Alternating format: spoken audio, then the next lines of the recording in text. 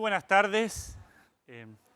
Nos volvemos a reencontrar nuevamente después de la breve pausa necesaria para muchos de nosotros. Y muy contento de que en esta instancia perdón, vamos a iniciar el 12º Congreso Hotelero. Aquí hay que rescatar y valorizar esta muy buena alianza que se hizo con el gremio hotelero y la organización de Business Travel Expo. Y para ello quiero darle la bienvenida para que inaugure este 12º Congreso a su presidente, don Alberto Pirola.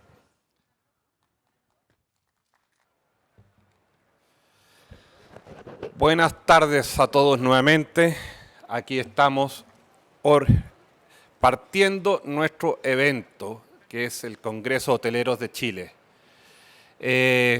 Nos gustaría que la gente que esté presente asistiera un poco más, porque este es el reencuentro, así era titulado el Congreso.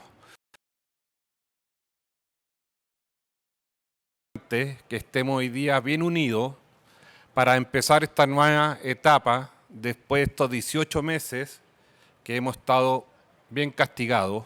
Como se dijo hoy día en la mañana, hemos sido el rubro más afectado de toda la pandemia. Nosotros nunca se pudo hacer un delivery de camas, sí se podía hacer de comida, pero nosotros estuvimos siempre cerrados. Creemos ahora agradecer en todo caso a la buena ejecución que se hizo con el tema de las vacunas. Deberíamos sentirnos orgullosos de estar dentro de los 2 países más avanzados con el tema de la vacuna. A lo mejor no vamos a clasificar para Qatar, ojalá que sí, pero estamos entre el primero y segundo lugar compitiendo con todo el mundo y eso es sumamente importante. Y es muy importante esto porque estamos a los futuros pasajeros del extranjero que nos van a venir a visitar. Es sumamente importante que a partir de ahora trabajemos en conjunto y estemos unidos más que nunca para sacar adelante este rubro. Yo sé que el esfuerzo de los hoteleros siempre ha sido considerado un gremio que trabaja 365 días y 24/7. Así que yo creo que con ese esfuerzo, con ese ímpetu que teníamos hace 18 meses, que nos suspendió esta pandemia, tenemos que volver. Es un país maravilloso, es un país sano, realmente tenemos que decir, es un país sano hoy día con el tema de la pandemia y lo más importante, tenemos turismo al aire libre, que es lo que está buscando todo el mundo. Cuando se habla de distanciamiento, ventilación, Chile tiene todas esas características. Así que esperamos que aquí en adelante empiece a salir la luz al final del túnel, podamos entre todos apoyarnos, sacar adelante esta maravilla de rubro que es la hotelería. Les damos el gusto a toda la gente, lo hacemos disfrutar, lo hacemos descansar y hoy día, bueno, necesitamos que la gente nos ayude a nosotros. Sabemos que vamos a cumplir, lo dije en la mañana, tenemos un reconocimiento del ministro Enrique París, verbalmente, va a mandar la carta, en el cual nos felicita por haber tenido 211 residencias sanitarias de trabajadores, solo 3 contagiados. Haber estado recibiendo 23.000 promedios de pacientes diarios y haber hecho ese trabajo. Así que creo que demostramos que la hotelería realmente está preparada con todos los protocolos y como lo he dicho en otras ocasiones, estamos al 150% de los protocolos para que esto funcione de las mismas maravillas y la gente tenga la certeza, la tranquilidad y la seguridad de que pueden venir. Quiero agradecer a mi amigo José Miguel por este evento que hemos partido. Ahora vamos a tener que ver cómo lo vamos a hacer, si le vamos a poner el 4.1, 4.2, cómo lo vamos a tener que empezar a hacer para adelante. Pero creo que para ser el primero, haberle ganado a la Expomin, estar adelante que de ello, es ser el primero híbrido presencial, creo que es realmente un orgullo. Los hoteleros nos dedicamos no solo a arrendar camas, sino que salones. Y creo que lo que estamos hoy día haciendo es un puntapié.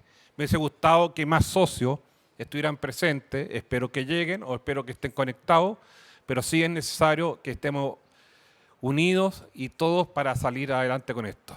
Así que ahora damos por iniciado este congreso, agradecer a los presentes y ahora los dejo a Álvaro, tú vas a hacer la presentación, así que muchas gracias por todo.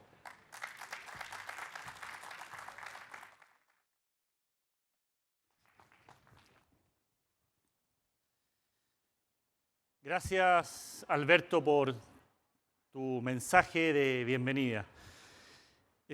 Un recordatorio de que todas las personas nos pueden seguir a través de la plataforma Swapcar en btetravel.cl y por medio de esta última poder interactuar también con la audiencia haciendo preguntas de los distintos paneles y foros. Y los invitamos a compartir también en las redes sociales utilizando el hashtag BTE 2021. En la mañana hablamos mucho del tema de reactivación económica y tuvimos la mirada de los distintos gremios, de las autoridades de gobierno, pero sin lugar a dudas es importante también entender cómo se va a comportar la economía no solo de Chile, sino que también la economía global.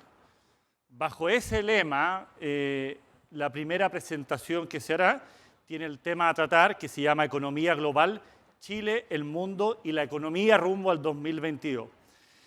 Vamos a invitar al señor Felipe Jaque del grupo Security, si puede ir avanzando Felipe, que Felipe, mientras lo presento y sube, es el economista jefe del grupo Security. Administra un equipo de 8 economistas y analistas de renta variable que publica informes diarios, semanales y mensuales sobre los mercados locales e internacionales de renta fija y renta variable. Además de unirse al grupo Security, trabajó como gerente de estudios en la RAIN-Vial, Banco de Inversiones chileno, como economista principal del grupo BBVA, BBVA Research Chile y como jefe del grupo Coyuntura y Proyecciones Internacionales en el Banco Central de Chile. Felipe tiene un máster en Economía y Finanzas de la Universidad de Warwick en el Reino Unido y es ingeniero comercial de la Universidad de Chile, graduándose con distinción en ambos grados. Entonces, creemos que sin duda tiene las credenciales para poder darnos una muy buena perspectiva de cómo se va a comportar la economía. Muchas gracias, Felipe, por participar. Bienvenido y el podio es suyo.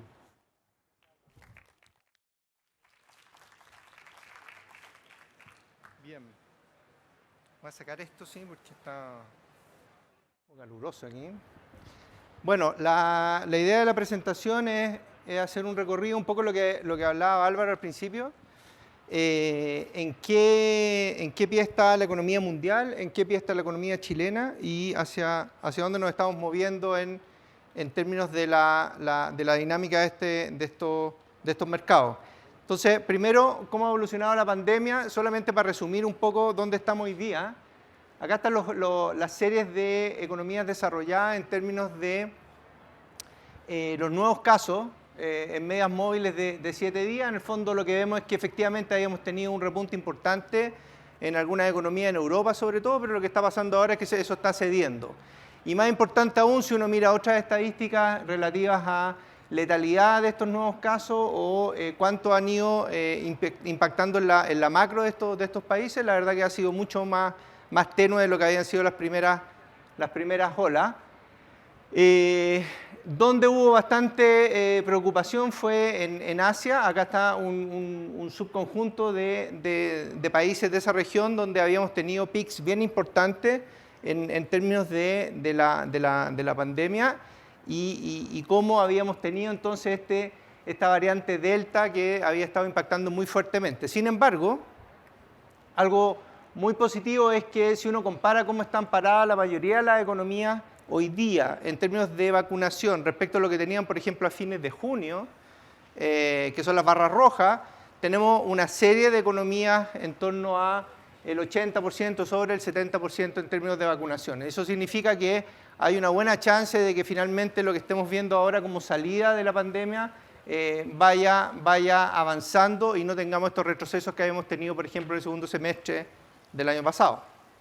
Y más importante aún, creo yo, es el panorama que muestran algunas economías emergentes, incluida Chile, donde ahí ya comentaban que teníamos niveles de vacunación muy elevados comparados con otras economías, pero también países que uno tenía en la retina que estaban un poquito más atrás, tipo Brasil o incluso México, la verdad que van alcanzando niveles de vacunación bastante altos también. Y esto de alguna forma va avanzando en términos de abrir las puertas para una apertura de fronteras un poco más sostenida.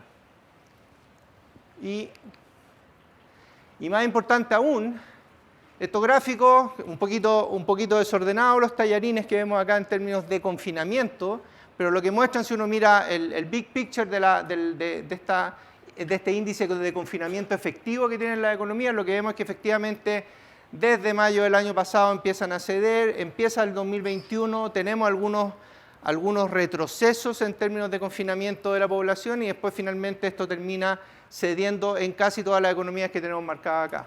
O sea, básicamente lo que tenemos es un panorama de confinamiento efectivo, a pesar de la variante Delta, muchísimo más bajo, incluso en el caso de China, que había tenido una especie como de retroceso, con cierres de puertos y algunas zonas importantes en términos de manufactura, lo que tenemos hoy día es que todas las líneas están muchísimo más abajo de lo que teníamos en el segundo semestre del año pasado y lo que teníamos a principios de este año también. ¿Y en qué está la economía mundial en medio de toda esta salida de la pandemia un poquito más sostenida, como comentábamos? Uno, la economía se cae muy fuertemente, por supuesto, en abril, mayo del año pasado. Ya nos acordamos cómo, por ejemplo, en el caso de Chile, el PIB cae muy fuertemente en ese periodo.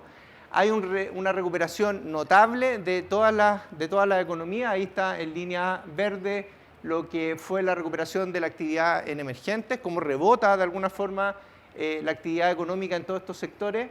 Las economías desarrolladas y eurozona también de alguna forma marcando un punto de inflexión bien importante a principios de este año y fines del año pasado también. Ahora, lo que sí va pasando en el margen es que esto se va desacelerando. En el fondo tuvimos un repunte muy fuerte después de la pandemia, pero después ya empezamos a perder un poquito más de tracción, porque por supuesto los gobiernos empiezan a retirar algunos estímulos, los bancos centrales empiezan a retirar algunos estímulos y es normal que de alguna forma el 2022 vaya a ser un crecimiento mucho más moderado de lo que fue el 2021.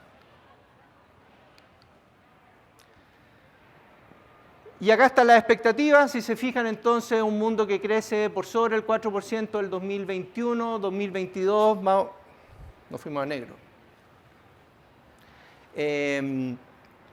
Crece un poco menos el 2022 respecto de lo que va a crecer el 2021, que fue un año de recuperación muy fuerte, y después vamos moderándonos hacia niveles de crecimiento un poco más parecidos a lo que teníamos en la historia prepandemia.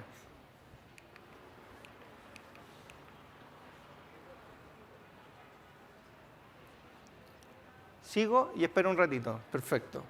Y entonces lo que teníamos es un escenario de mucha reactivación 2021. Lo que va pasando hacia adelante es un escenario 2022 un poquito más desafiante, si se quiere, en términos de actividad económica, pero es normal, es esperable porque los gobiernos lo que hicieron fue empezar a retirar muchos de los estímulos que habían aplicado en 2020-2021 y los bancos centrales empiezan a subir las tasas. Entonces los números que se ven de aquí en adelante en términos de proyecciones son números un poco más bajos, en torno al 2-3% de crecimiento, pero si se fijan es más o menos el panorama que tenían todos los sectores económicos hacia el 2012-2015. Esa es más o menos la economía que vamos a estar viviendo del 2022 en adelante.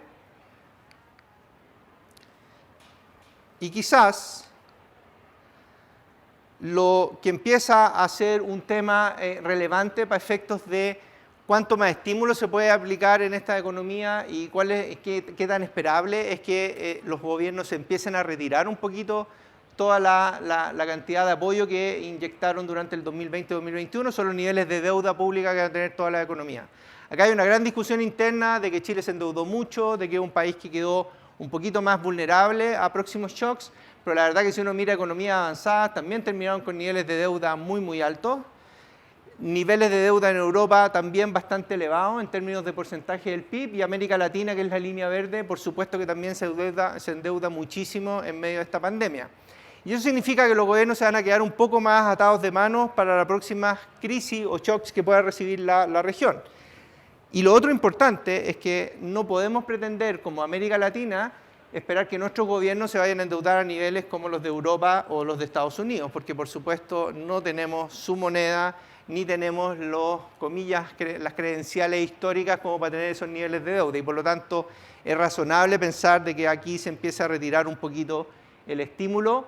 No es de vida o muerte los niveles de deuda que estamos encontrando post pandemia, pero la verdad que ya de alguna forma los gobiernos tienen que empezar a retirarse un poquito del mercado. Acá están los estímulos, y esto es simplemente para mostrar lo relevante que va a ser que en el caso de Chile, el 2022 en adelante, ya empecemos a funcionar con niveles de apoyo fiscal mucho más moderados.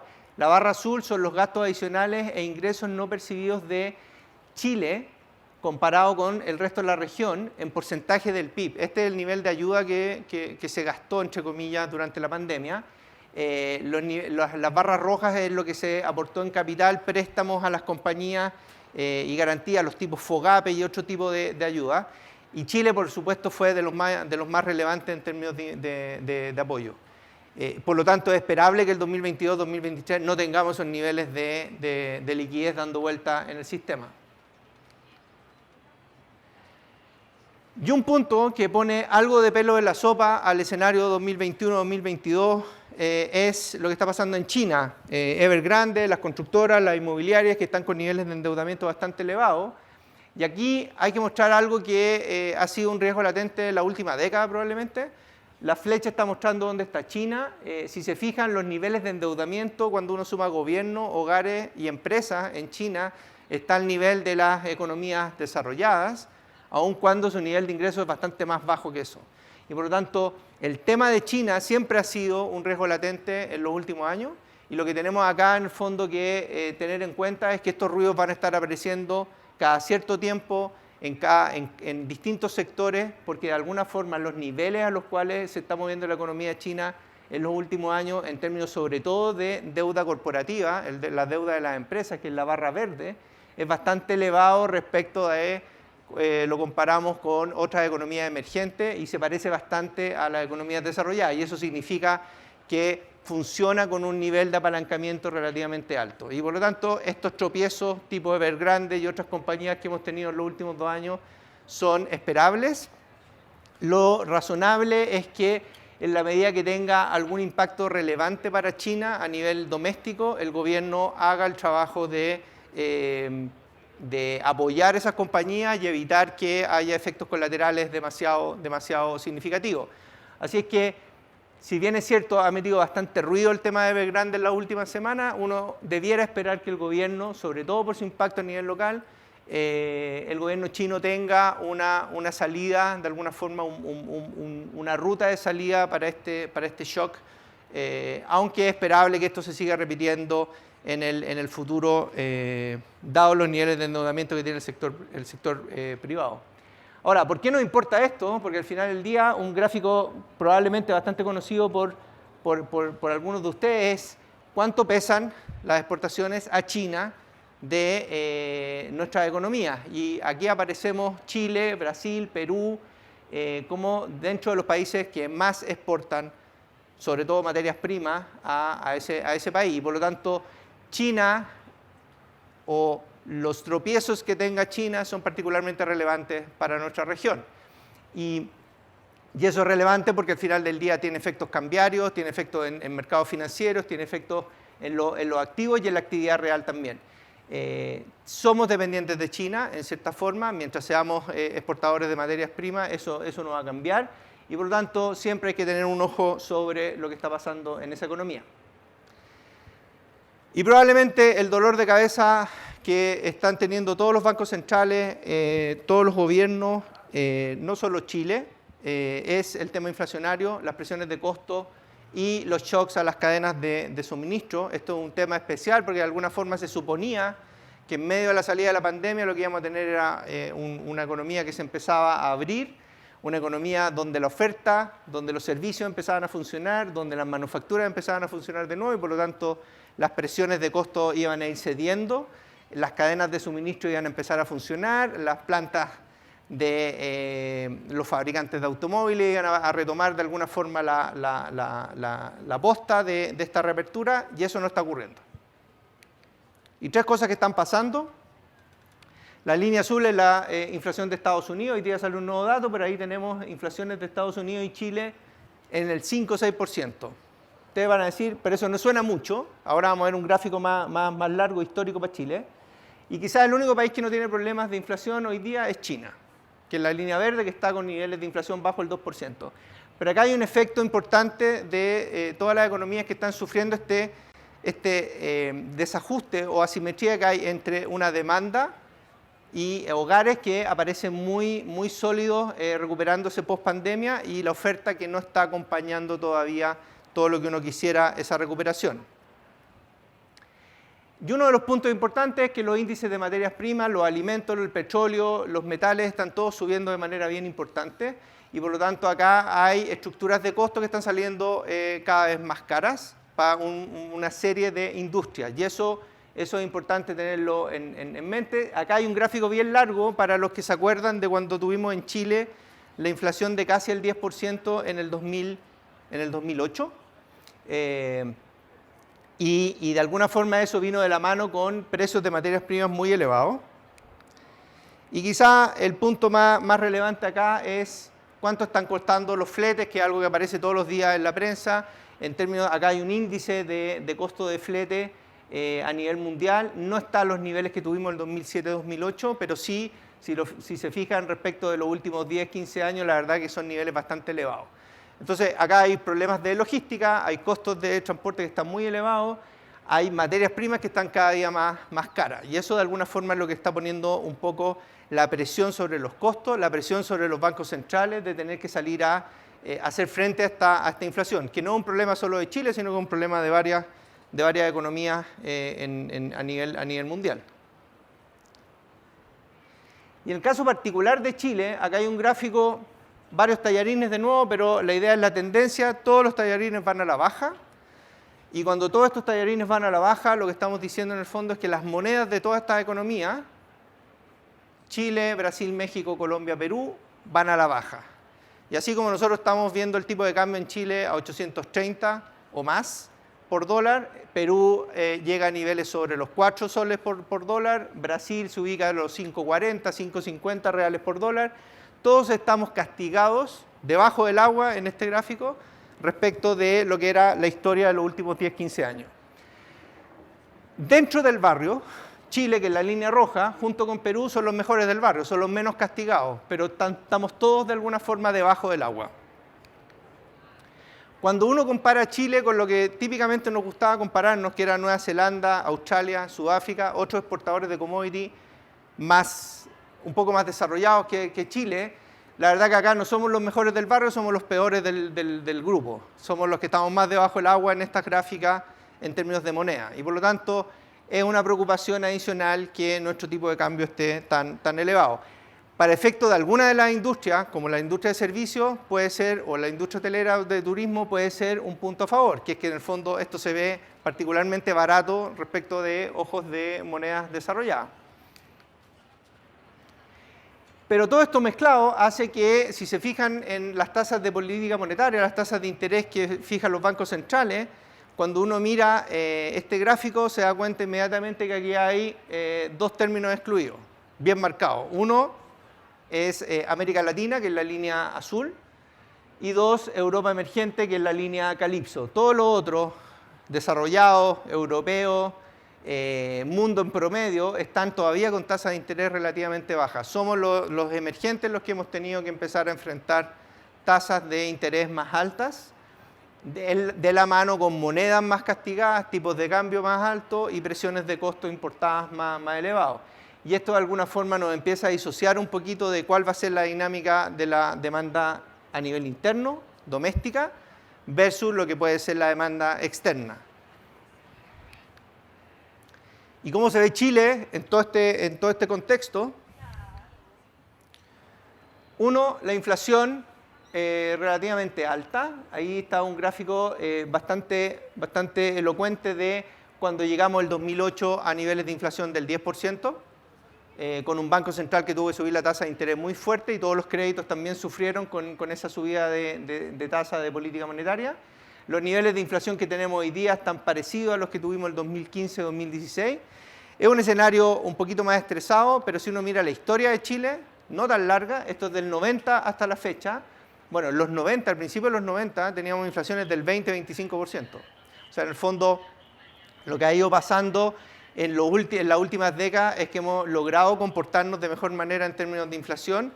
Lo que tenemos hoy día es un escenario un poquito más apretado en términos de encuadre macro, si se quiere, con una inflación más elevada, pero si uno mira la historia, la verdad que todavía en niveles bastante más razonables de lo que teníamos a principios de los 90, cuando a fines de esa década recién el Banco Central logra incorporar una meta de inflación un poco más creíble, en torno al 3% a mediano y largo plazo. ¿Qué es lo que causa esta inflación? ¿Y a qué sectores les pega bien y a qué sectores les pega mal? La línea roja es la demanda interna, básicamente consumo privado y inversión. La línea azul es el PIB. Cuando la línea roja pasa por arriba del PIB, lo que tenemos al final del día es una presión de demanda, mucha gente comprando, que es lo que hemos visto en varios artículos. Eso ocurrió, si se fijan, antes del 2008, cuando tuvimos esta inflación del 10%. Eso es lo que está ocurriendo hoy día. La demanda interna está creciendo casi el 30% en los últimos trimestres, versus un PIB que está creciendo en torno a un 20%, que sigue siendo muy alto, pero la demanda interna, cuartos retiros, del primero al tercer retiro, apoyos del fisco, todo eso de alguna forma ha impulsado que el consumo esté muy fuerte. Y esto es natural que uno quiera frenarlo. ¿Quiénes han llevado buena parte de esta torta? El comercio, que en la línea negra, si se fijan, está 25% arriba de lo que había antes de la pandemia. Servicios, que viene recuperando muy fuerte, haciéndose también partícipes de esta demanda interna muy fuerte. Y otros sectores que están más o menos parecidos, un poquito por arriba del agua respecto a lo que era el nivel prepandemia. Pero aquí buena parte de la historia tiene que ver con comercio. Y lo malo de esto es que cuando es muy asimétrico, y hay un sector como comercio que se lleva buena parte del boom, empieza a rezagar al resto, porque de alguna forma genera inflación, genera alzas de tasa de interés y genera presiones en los mercados financieros. Lo que es razonable acá es que comercio empieza a perder un poquito de terreno y empieza a dejar un poco más de aire para que los otros sectores no se vean frenados antes de incluso tomar el catch-up más marcado post-pandemia. ¿Qué cosas están siendo relevantes a nivel local? La línea azul, muy por arriba de la línea punteada, muestra que las compañías dicen que los costos están muy altos. Todos los sectores, esto es una encuesta a distintos sectores de la economía que dicen que los costos están muy altos, que los precios están muy altos también y por lo tanto están traspasando, y eso hay que tenerlo bien mapeado. Muchas compañías dicen que tienen mayores costos y que esos mayores costos los están pasando a precios. Ahí sí. Estas mismas compañías, sobre todo las del comercio, cuando se les preguntan cómo están los inventarios, están en los mínimos históricos, están parecidos, incluso por debajo de lo que teníamos por ahí por el 2009-2010. Así que hay una especie de contracción o de tensión en el mercado local. Y lo más importante probablemente es que cuando eso ocurre, la línea roja, que es la tasa de interés de Chile como de equilibrio, es superada por la línea azul, que es la tasa de interés que fija el Banco Central. Ahí está marcado el episodio del 2008, cuando las tasas de interés, para tener un orden de magnitud, hoy día están más o menos, se supone que van a cerrar el año en torno al 3,5%. Esa tasa llegó al 8,25% en el 2008, cuando la inflación estaba al 10%. Entonces lo que estamos viendo acá es un Banco Central, y lo vemos en todas las últimas intervenciones del presidente del Banco Central en el Congreso, defendiendo que no se apruebe el cuarto retiro o que se empiecen a retirar un poco las medidas de apoyo, es porque de lo contrario lo que vamos a tener es una fuerte reacción del Banco Central para frenar un poco esta demanda y finalmente frenar las presiones inflacionarias que se van generando y que ya hemos visto a dónde vienen en el caso chileno. Y entonces hay un punto importante acá, que si el gobierno, el Congreso no va quitando esta presión, no le va a quedar más chance al Banco Central que ir un poco más agresivamente a subir las tasas de interés. Y ahí nos podemos parecer a lo que mostrábamos, no sé si el puntero funciona, lo que mostrábamos en el 2008 cuando la tasa sube muy fuertemente y tenemos un impacto bien importante en la economía a posteriori. Y algo que le pega a todos los sectores, incluidos los servicios, donde están ustedes, y son los sectores manufactureros también, es qué es lo que le está pasando a las tasas de interés a nivel de mercado. Y acá está una gráfica más o menos larga. Las tasas de interés no están tan altas todavía. El 2006, 2008 teníamos tasas del orden del 6-7% a distintos plazos nominales. Hoy día vamos camino a eso.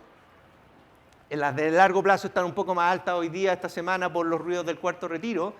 Pero en el fondo lo que hace es que después de tener unas condiciones de liquidez y de acceso a crédito antes de la pandemia, con tasas de interés bastante razonables y muy bajas, que si nos acordamos por ahí por el 2018-2019 eran tasas bastante bajas, lo que estamos teniendo hoy día es una reversión, una vuelta atrás, si se quiere, una década atrás, cuando teníamos tasas de interés mucho más altas. Y esto es lo complejo del panorama cuando se aprueban cuartos retiros, se aprueban más apoyos. Lo que en realidad debiéramos estar haciendo es empezar a sacar un poquito el pie del acelerador en términos de esas medidas para que el Banco Central no tenga que aplicar un freno mucho más fuerte y no terminemos todos los sectores económicos enfrentándonos con tasas de interés de crédito mucho más altas de las que ya estamos viendo hoy día. Así que en comentarios finales, vamos camino a una moderada desaceleración en el 2022 después de un muy fuerte 2021. Estamos con altos niveles de vacunación, así que muchas de las economías que en algún minuto trataron de confinar un poco más la población en los últimos meses ya están en retirada. Los niveles de confinamiento a nivel global van en franca retirada. Hay shocks todavía a las cadenas de suministro, los costos de flete están muy elevados, los precios de materias primas están muy elevados y todavía no se destraba de alguna forma este problema que tiene el mundo de una demanda muy rápida con una oferta que le ha costado llevar el ritmo. Y en Chile la situación no es distinta. Tenemos presiones de costos, tenemos presiones inflacionarias, una demanda que vuela y un Banco Central que se queda un poquito solo en términos de frenar este impulso. ¿Cuál es el mundo, comillas, óptimo para el 2022? Es que el fisco efectivamente retire los apoyos, que el Banco Central pueda tomar una postura un poquito menos agresiva y finalmente lo que estamos viendo hoy día de tasas de interés tenga algún respiro y no sigamos escalando a tasas de interés mucho más elevadas de las que ya están viendo los distintos sectores hoy día en los mercados. Los ruidos locales, ustedes ya lo saben, persisten.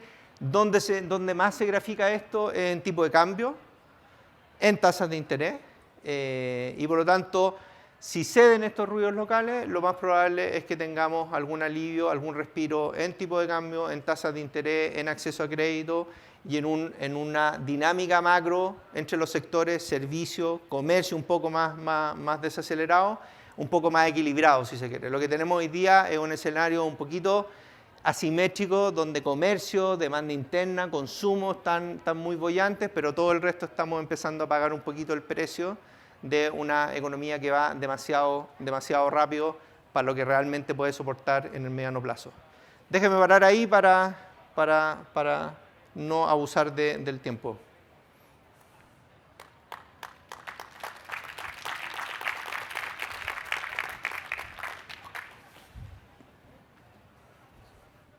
Muchas gracias, Felipe. Sin lugar a dudas, hoy vivimos tiempos de incertidumbre, estando a puertas de unas elecciones, y yo creo que para la industria de viaje y turismo, quienes somos parte de ella, dos variables que tú mencionaste son sumamente importantes, como el tema de la devaluación de la moneda y el acceso al financiamiento vía la especulación y la subida de las tasas de interés.